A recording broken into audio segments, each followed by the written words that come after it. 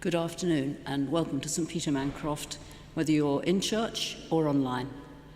If you're in the church, please feel welcome to carry on with your visit.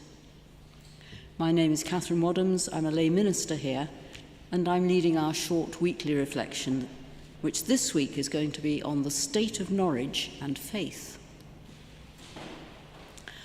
A couple of weeks ago, I talked about Christmas and Easter, and how quickly the hot cross buns seem to follow the mince pies.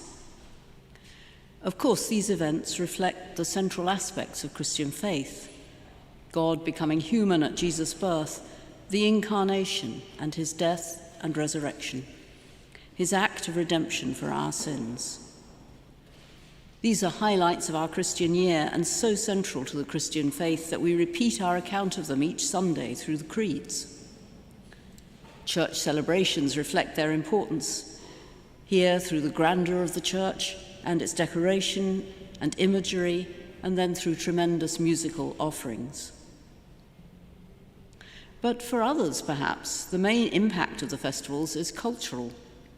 Traditional times to meet the family, time off work through the bank holidays, reflecting the role of Christianity in the past and with our culture, and the close link between church and power, perhaps particularly evident here at St Peter Mancroft, just across the road to City Hall and the commercial market, and involved in many civic occasions.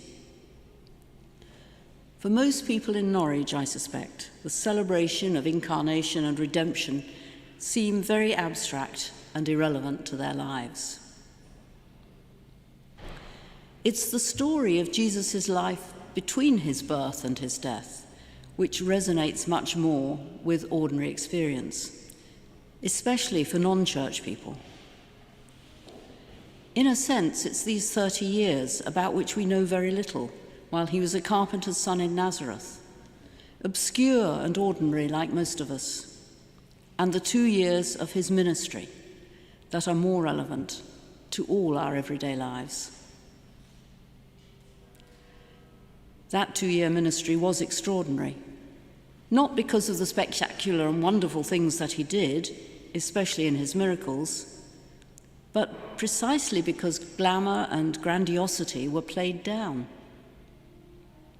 Christmas has become associated with a grand tableau, hasn't it? Think of the crib service, the nativity play, angels, shepherds, star, wise people from abroad, dramatic flights into Egypt to avoid massacre.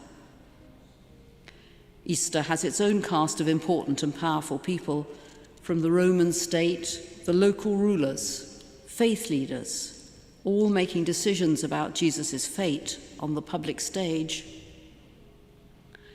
But Jesus' 2 years of teaching and healing and other miracles was low-key, played out mostly at the margins of society, with a cast of very ordinary people, including those who'd been thrown out of polite society, people on the margins and struggling. Today, perhaps they would be just about managing, or worse, homeless, sofa surfing, anxious about money, in food and fuel poverty, in debt. In his sermon last Sunday, George pointed out that even miracles, which are written up and you'd think would be dramatic, were often revealed to the lowest rungs of society. When Jesus turned water into wine at the Cana wedding feast, the important people, the steward and the bridegroom, didn't have a clue about what had happened. But the servants who had drawn the water, who'd done the hard work of serving, they knew. In this case, the important people and their guests certainly benefited from the miracle, but the beneficiaries were more often the very people who usually didn't get a look in, left to cope as best they could, beggars and lepers. Jesus chose to minister to those people who were around, rather than spend his time networking with the powerful, though some of them were also attracted to his teaching. We know that Jesus was tempted by power and a top-down approach. We'll be recalling that soon as Lent begins. But he rejected that path in favour of a ministry rooted in the community. Jesus said that he had come so that everyone should have life in all its fullness, and showed us just what that meant through his ministry with the marginalised. So what are the implications for those of us who want to celebrate and follow Jesus' life, as well as his birth, death, and resurrection? We, of course, can only follow his example in our own time and place, in the heart of this city of Norwich, with the city in our hearts, as we say. The heart of the city, of course, is its people. It includes the people who queue outside the city hall for food each evening, as well as those who make the decisions within that city hall during the day.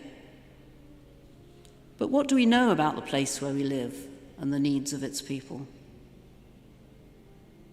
Each year, that same city council publishes a leaflet on the State of Norwich. There's a link, you can find it by just Googling State of Norwich. Take a look, you might be surprised at some of the facts.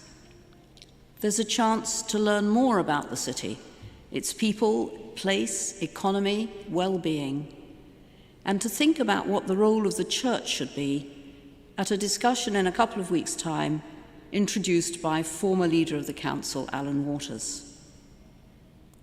It's an open meeting of Norwich East Deanery Synod, which represents all the Church of England churches within the city walls, and a swathe just outside, from Thorpe End in the east to Tuxwood in the southwest. Quite a big slice of the city of Norwich. Alan will introduce the facts and encourage questions and discussion. If you're coming along, he suggests you take a look at the report beforehand and identify 3 things which surprise you that are good and positive about Norwich, and then perhaps 3 which may shock you in terms of the challenges. Details of the meeting on the evening of February the 6th at Heartsease are posted on the YouTube notice for this reflection, and they'll be in the Mancroft News for the next couple of weeks. And you are all very warmly invited to explore where this information about our fine city might lead us as individual Christians and as churches. How we might join in Jesus' mission to bring life in all its fullness in this place where we live and work and pray. Whether or not you're coming to the meeting, as we move from celebrating the Nativity at Christmas to God's redemptive work on Good Friday and at Easter, please take the time to think and pray about how we ourselves should follow in Jesus' own ministry, how we can bring life in all its fullness for everyone in this fine city of Norwich. Thank you.